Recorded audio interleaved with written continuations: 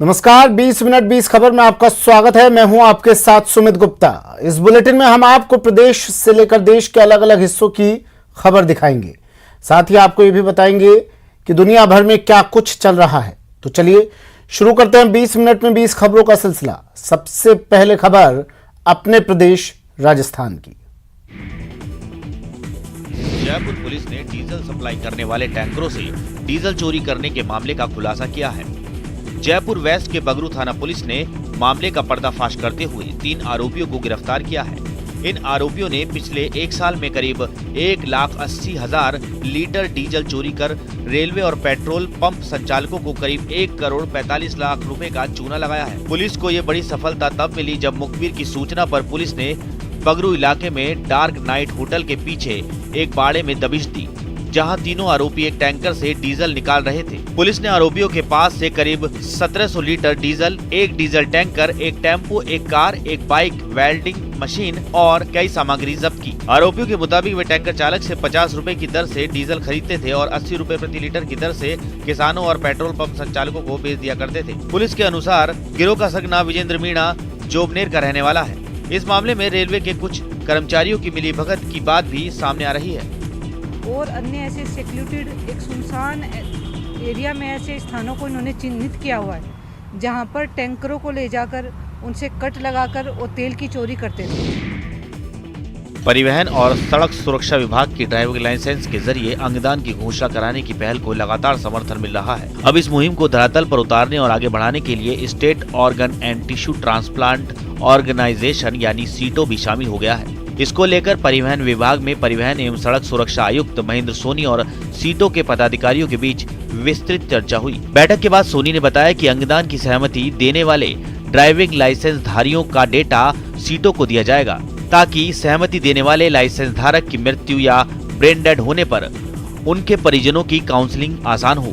परिजनों से मृतक के अंगदान की सहमति में मदद मिलेगी। सोनी ने बताया कि अभी तक 3,14,000 से अधिक ड्राइविंग लाइसेंस धारी अंगदान की घोषणा कर चुके हैं। संभवतः ये आंकड़ा पूरे देश में सबसे अधिक है। आपको बता दें कि भारत में अंग नहीं मिलने के कारण हर साल 5 लाख से ज्यादा लोगों की असमय मौत हो जाती है। ऐसे में परिवहन और सड़क सुरक्षा विभाग की अंगदान कराने की ये मुहिम ऐसे लोगों के लिए वरदान साबित होगी। शिक्षा की काशी के नाम से देश में अपनी पहचान बनाने वाले कोटा शहर में करीब 800 करोड़ की लागत से ऐतिहासिक चंबल रिवर फ्रंट का निर्माण किया जा रहा है। इस चंबल रिवर फ्रंट के दोनों किनारों पर कई अन्य ऐतिहासिक रचनाएं भी की जा रही हैं। इसी कड़ी में एक और विश्व कीर्तिमान बनने जा रहा है। जी हां, चंबल रिवर फ्रंट के सकतपुरा साइट पर विश्व की सबसे बड़ी घंटी का निर्माण होगा, जिसका वजन 57,000 किलो होगा। दावा ये भी किया जा रहा है कि घंटी बनने पर 3 वर्ल्ड रिकॉर्ड गिनीज बुक में शामिल हो जाएंगे। अभी तक दुनिया की सबसे बड़ी घंटी चीन में बनी है, जो कि 8 मीटर से भी ज्यादा बड़ी है। दूसरी सबसे बड़ी घंटी का निर्माण मॉस्को में हुआ है। इंजीनियर देवेंद्र कुमार आर्य ने बताया कि रात के समय जब भी इस घंटी को बजाया जाएगा, इसकी ध्वनि तरंगे 7 से 8 किलोमीटर तक सुनाई देंगी। ये घंटी जमीनी सतह से 70 फीट ऊंचे स्टैंड पर लटकाई जाएगी। इस प्रोजेक्ट को करीब 150 दिनों में पूरा कर दिया जाएगा। इस बेमिसाल घंटी की उम्र 5000 साल होगी। इस घंटी की सबसे बड़ी खासियत ये रहेगी कि ये दुनिया की एकमात्र और सबसे बड़ी सिंगल पीस कास्टिंग होगी। हमारा देश अपनी अनोखी परंपरा और संस्कृति के लिए जाना जाता है। भारतीय संस्कृति और परंपराओं में गाय को माता का दर्जा दिया गया है। वैसे तो सामूहिक विवाह सम्मेलन और तुलसी विवाह जैसी परंपराएं नियमित रूप से हमारे समाज में चली आ रही हैं। वहीं चित्तौड़गढ़ जिले में लोगों ने एक नई परंपरा की शुरुआत की, जहां संतान और सुख समृद्धि की कामना के लिए एक परिवार ने गो नंदी विवाह का आयोजन किया। जहां संतान और सुख समृद्धि की कामना से एक परिवार ने गो नंदी विवाह का आयोजन किया। जिले के नाहरगढ़ गांव में आयोजित इस विवाह समारोह में सभी रीति रिवाजों को निभाया गया, जहां मेहंदी से लेकर अग्नि के 7 फेरों की सभी रस्में निभाई गई। धूमधाम से बिंदौरी निकाली गई। इस विवाह का एक अकेला परिवार नहीं, वरन पूरा का पूरा गांव साक्षी बना। बड़ी संख्या में लोग इस अनूठे विवाह के भागीदार बने। इस गौ नंदी विवाह का आयोजन शंकर लाल जाट ने करवाया। दरअसल इनकी कोई संतान नहीं है। ऐसे में संतान की कामना से उन्होंने ये अनोखा आयोजन करवाया। गौ माता का है जो सतीश ये देश का है जो वासी, इसलिए कराया। आजादी की 75वीं वर्षगांठ को आजादी के अमृत महोत्सव के तौर पर मनाया जा रहा है। इस मौके पर 20 फरवरी 2022 तक 75 करोड़ सूर्य नमस्कार का लक्ष्य रखा गया है। 3 जनवरी को इसकी शुरुआत हैदराबाद से हुई थी और अब ऐसे कार्यक्रम पूरे देश में आयोजित किए जा रहे हैं। फिट इंडिया और आयुष मंत्रालय के सहयोग से आयोजित इस योगामृत महोत्सव का राजसमंद के नाथद्वारा में भी आयोजन किया गया। श्रीनाथ माहेश्वरी महिला मंडल के तत्वाधान में आयोजित सामूहिक सूर्य नमस्कार में शामिल लोगों का उत्साह देखते ही बन रहा था। कॉलोनी के लोगों ने सूर्य नमस्कार कर 75 करोड़ सूर्य नमस्कार के लक्ष्य को पूरा करने का संकल्प लिया। अमृत महोत्सव के 75वीं वर्षगांठ पर जो पूरा देश अमृत महोत्सव मना रहा है, उसमें अखिल भारतीय माहेश्वरी महिला मंडल की ओर से पूरे विश्व स्तर पर यह कार्यक्रम रखा गया है, जिसमें वर्ल्ड रिकॉर्ड बनाया जा रहा है और 75 करोड़ एक साथ सूर्य नमस्कार किए जा रहे हैं। 75 फीट लंबा तिरंगा और युवाओं का जोश। राजसमंद के विवेकानंद चौराहे से जब तिरंगा यात्रा निकली तो सारा शहर देशभक्ति में रंगा नजर आया। शहर के मुख्य मार्गों से गुजरती हुई ये तिरंगा यात्रा 100 फीट स्थित शहीद स्मारक पहुंचकर संपन्न हुई। यात्रा के दौरान अखिल भारतीय विद्यार्थी परिषद के कार्यकर्ता 75 फीट लंबा तिरंगा लिए हुए संगठन के जयघोष लगाते हुए चल रहे थे। दरअसल आजादी के 75 वर्ष पूरे होने पर देश के कई शहरों में अमृत महोत्सव का आयोजन चल रहा है। इसी कड़ी में अखिल भारतीय विद्यार्थी परिषद 26 जनवरी से लेकर 30 जनवरी तक हर शहर में 75 फीट लंबे तिरंगे के साथ यात्रा निकाल रही है। राजसमंद में एबीवीपी ने यात्रा निकाली और देश सेवा और देशभक्ति का संदेश दिया। आज़ादी के 75 वर्ष होने पर अमृत महोत्सव के रूप में आयोजित किया जा रहा तिरंगा यात्रा पूरे भारत भर में एबीवीपी की प्रत्येक नगर इकाई पे विद्यार्थी परिषद द्वारा ये तिरंगा यात्रा आयोजन की जाएगी। ये 75 फीट का तिरंगा है। राजधानी जयपुर के जगतपुरा शूटिंग रेंज में स्थित आर्चरी रेंज के हाल इन दिनों बदहाल हैं। यहाँ न तो तीरंदाजी की प्रैक्टिस के लिए मूलभूत सुविधाएं उपलब्ध हैं और न ही कोच। मैदान के ऐसे हालात हैं कि साधे गए तीर को लाने के लिए कांटों के रास्ते से होकर गुजरना पड़ता है। यहाँ आर्चरी रेंज में करीब 40 खिलाड़ी नियमित रूप से अभ्यास के लिए आते हैं, लेकिन पिछले कई दिनों से इन खिलाड़ियों को ट्रेनिंग देने वाला या फिर गाइडेंस के लिए कोई कोच नहीं है। प्रतिनियुक्ति पर लगी कोच का 1 महीने पहले उनके गृह जिले में तबादला हो चुका है। उसके बाद से ही इन खिलाड़ियों को भारी समस्या का सामना करना पड़ रहा है। ऐसे में अब खिलाड़ियों ने मुख्यमंत्री गहलोत और खेल मंत्री अशोक चांदना से जल्द कोच उपलब्ध करवाने की मांग की है। साथ ही मैदान को सुधारने की भी गुहार लगाई है। मैं यहाँ नियमित रूप से अभ्यास करने के लिए आता हूँ, लेकिन पिछले 1 महीने से हमारे पास कोच नहीं है। उनका ट्रांसफर हो चुका है कहीं और। हमारी गलती हमें पता नहीं चल पा रही है। हमें यहाँ पे कोच ना मिलने से बहुत प्रॉब्लम होती है और सरकार से हाथ जोड़ के निवेदन है यहाँ पे कोच लगाए। बूंदी के रामगढ़ विषधारी वन्य जीव अभयारण्य को टाइगर रिजर्व के रूप में NTCA की अनुमति मिलने के बाद इस अभयारण्य के फिर से आबाद होने की उम्मीद बढ़ गई है। अरावली की पर्वत श्रृंखला के बीच निकल रही मेज नदी और सघन वन के 307 वर्ग किलोमीटर क्षेत्र में फैला ये रामगढ़ विषधारी अभयारण्य को टाइगर रिजर्व का दर्जा मिल जाए तो सवाई माधोपुर की तरह ही बूंदी विश्व पर्यटन मंच पर अपनी पहचान बनाने में सफल होगा। जंगल बुक के रचयिता और बाल साहित्य के नोबेल विजेता रुडयार्ड किपलिंग की पसंदीदा जगह रही बूंदी में ऐसा बहुत कुछ है जो परदेसी सैलानियों को दीवाना बना सकता है। रामगढ़ टाइगर रिजर्व को केंद्र की ओर से मंजूरी मिल चुकी है। फरवरी के पहले सप्ताह तक इसके नोटिफिकेशन की उम्मीद है और सब कुछ ठीक ठाक रहा तो मार्च तक टाइग्रेस छोड़ दी जाएगी। फिर तो बूंदी में टूरिज्म का नया आसमान मिलेगा। यह भी संकेत है कि यहाँ इस साल 2 टाइग्रेस और 1 टाइगर छोड़े जा सकते हैं। रणथंभौर का एक टाइगर पहले से यहाँ घूम रहा है। रामगढ़ कुछ दशक पहले तक बाघों का मैटरनिटी होम कहलाता था, यानी बाघों का जच्चा घर। 90 के दशक तक यहाँ 14 बाघ बाघिन थे, पर फिर लुप्त होते गए। प्रदेश में बॉर्डर टूरिज्म को बढ़ावा देने के लिए बीएसएफ ने पहली बार सीमा दर्शन योजना की तैयारी की है, जिसके तहत लोग बीकानेर और जैसलमेर से सटे भारत पाक बॉर्डर पर वाघा बॉर्डर जैसी बीटिंग द रिट्रीट सेरेमनी देख सकेंगे। फरवरी के दूसरे सप्ताह में ये आयोजन आम नागरिकों के लिए शुरू हो जाएगा। सीमा पर पाबंदियों के चलते सिर्फ भारतीय नागरिक ही इसमें भाग ले सकेंगे।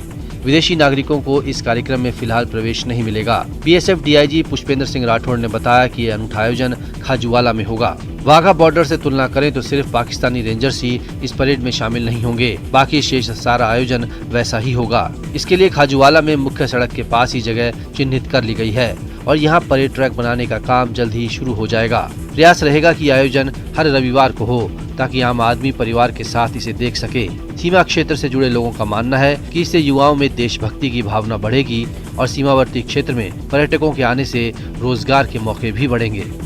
और उसके अंदर अगर आप देखें वेस्टर्न बॉर्डर पे तो अटारी में लोग बहुत जाते हैं। अटारी वाघा परेड देखने जाते हैं। रिट्रीट सेरेमनी वहाँ होती है।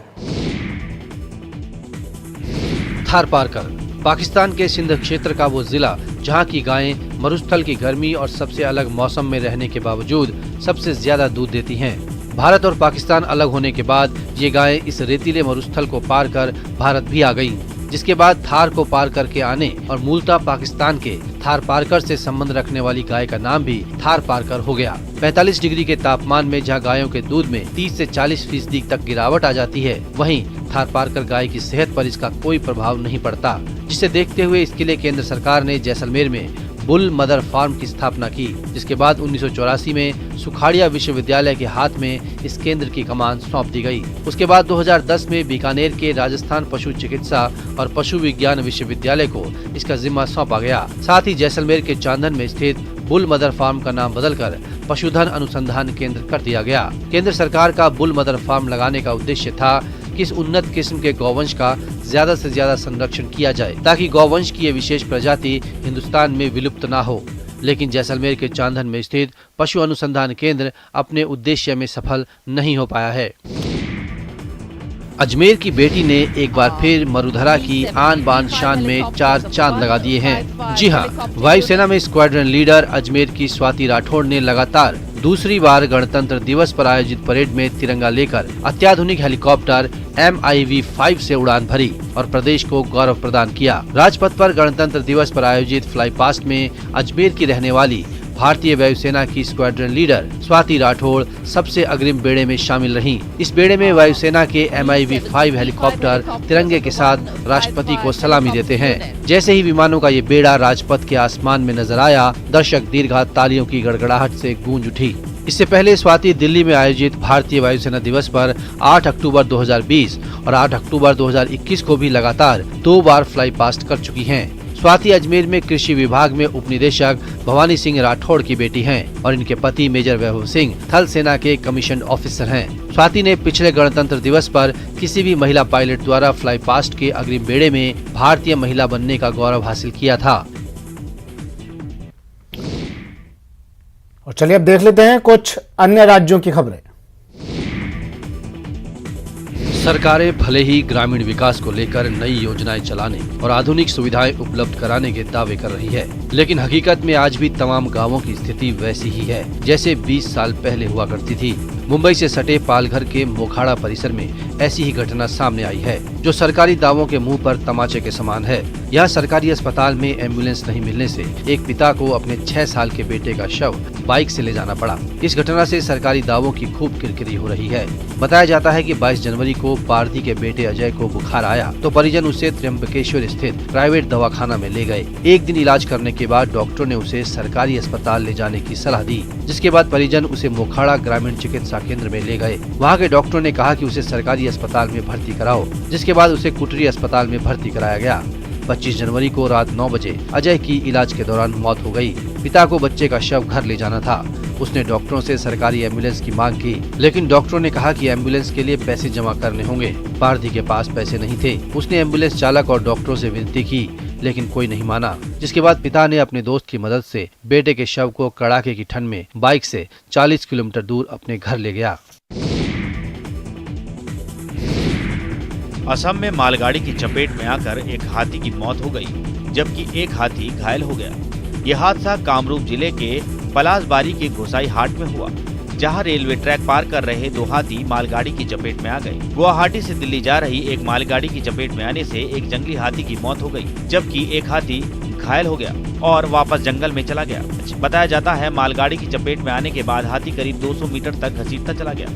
हादसे की सूचना पाकर मौके पर पहुंचे रेलवे और वन अमले ने मृत हाथी को हटाकर पटरी को साफ किया। वन विभाग के अधिकारी ने कहा कि मृत हाथी को पोस्टमार्टम के बाद रेल लाइन के पास दफना दिया गया। स्थानीय लोगों ने रेलवे प्राधिकरण से इस क्षेत्र में गति सीमा को कम करने और जंबो को बचाने के लिए हाथी कॉरिडोर को चिन्हित करने वाला एक बोर्ड लगाने की अपील की है, क्योंकि यहाँ अक्सर हाथी हादसों का शिकार हो रहे हैं। स्थानीय लोगों ने कहा कि क्षेत्र एक सक्रिय हाथी गलियारा है, जहाँ जंगली हाथी अक्सर घूमते रहते हैं। छत्तीसगढ़ के गरियाबंद में पुलिस ने लाखों रुपए के जिंदा पेंगोलिन के साथ एक तस्कर को गिरफ्तार किया। आरोपी पेंगोलिन को बेचने की फिराक में था, लेकिन अपने मंसूबे में कामयाब होता उससे पहले ही पुलिस की गिरफ्त में आ गया। पुलिस ने जब्त पेंगोलिन की कीमत लाखों रुपए में बताई है। पुलिस के मुताबिक कई दिनों से इस इलाके में पेंगोलिन की तस्करी की खबरें मिल रही थी, जिसे गंभीरता से लिया गया। पीपरछेड़ी थाना स्टाफ को मौके पर घेराबंदी के निर्देश दिए गए। इसके अलावा एक स्पेशल टीम भी आरोपी को पकड़ने के लिए रवाना की गई। पीपरछेड़ी थाना पुलिस और स्पेशल टीम ने संयुक्त कार्रवाई करते हुए मुखबिर द्वारा बताए गोडलबाई नाला के पास हुलिया और मोटरसाइकिल क्रमांक के आधार पर घेराबंदी कर एक युवक को रोका। टीम ने युवक की बाइक पर रखे जूट बोरे की तलाशी ली तो उसमें जिंदा पेंगोलिन मिला। पेंगोलिन की कीमत अंतर्राष्ट्रीय बाजार में लाखों में है। बताया जा रहा है कि पेंगोलिन का छाल कई तरह की दवाई बनाने में काम आता है। बरामद पेंगोलिन को वन विभाग को सुपुर्द कर दिया गया है।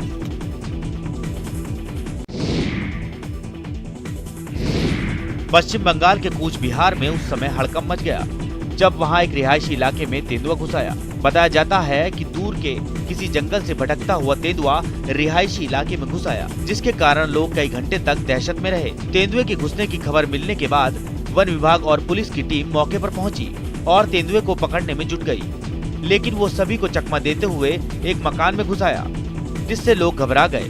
भीड़ के शोर शराबे के बाद वो तेंदुआ कुछ देर के लिए बाहर आया, लेकिन फिर वो मकान के अंदर चला गया। इसके बाद पुलिस और वन विभाग के लोगों ने उसे पकड़ने की कोशिशें तेज कर दी।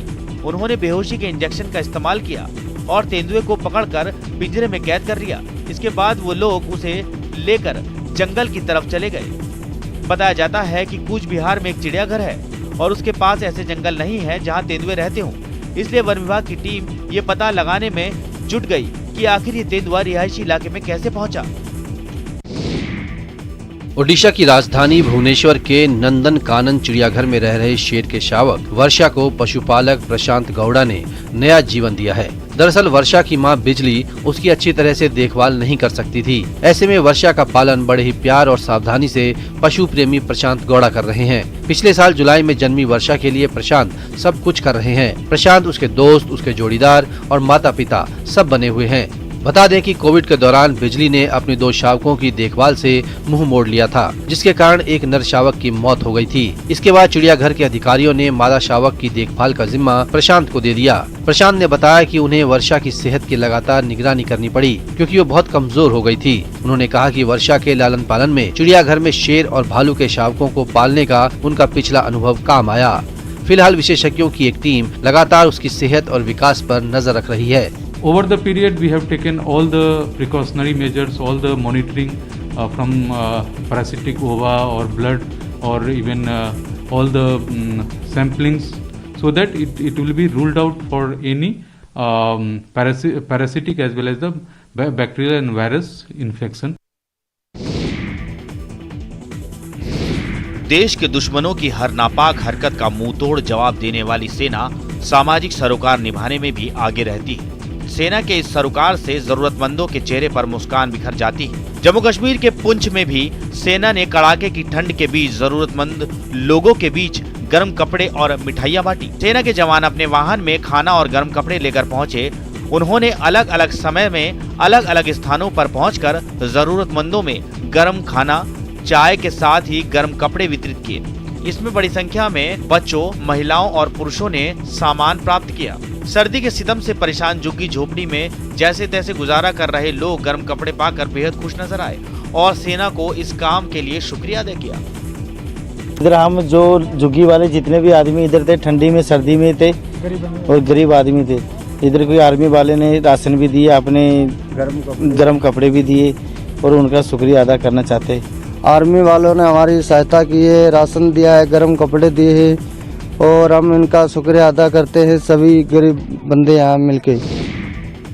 कश्मीर की सांस्कृतिक विरासत और पर्यटन को बढ़ावा देने के लिए सरकार ने दुनिया भर से सांस्कृतिक और विरासत प्रेमियों को कश्मीर के दौरे कराने का कार्यक्रम शुरू किया है। सांस्कृतिक विरासत और समग्र पर्यटन को बढ़ावा देने के लिए पर्यटन विभाग ने महाराष्ट्र के पुणे से 22 टूर ऑपरेटरों को आमंत्रित किया है, जो महान विरासत महत्व के